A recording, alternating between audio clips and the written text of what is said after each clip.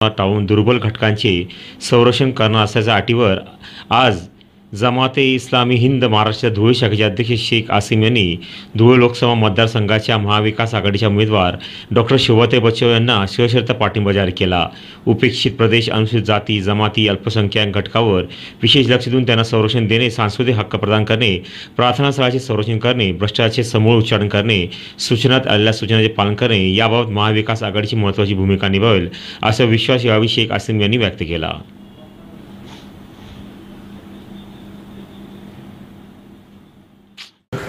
माझ्यासोबत आसिम शेख हे जमाते इस्लामी हिंद धुळे शहराचे अध्यक्ष आहेत आसिम शेख, आणि मी movement for peace and justice या ऑर्गनायझेशनचा स्टेट लेवलला डायरेक्टर आहे।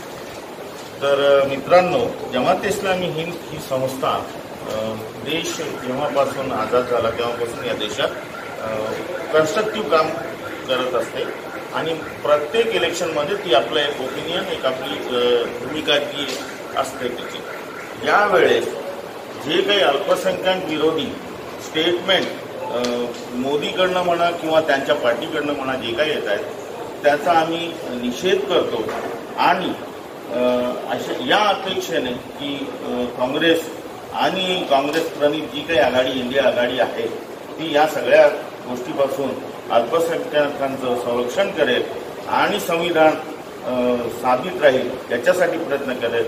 मग फक्त या कारणास्तव जमाते इस्लामी हिंद पूर्ण महाराष्ट्रामध्ये इंडिया गठबंधनला निर्विवाद आणि कुठल्याही बिना शर्त ठेवता पाठिंबा देईल।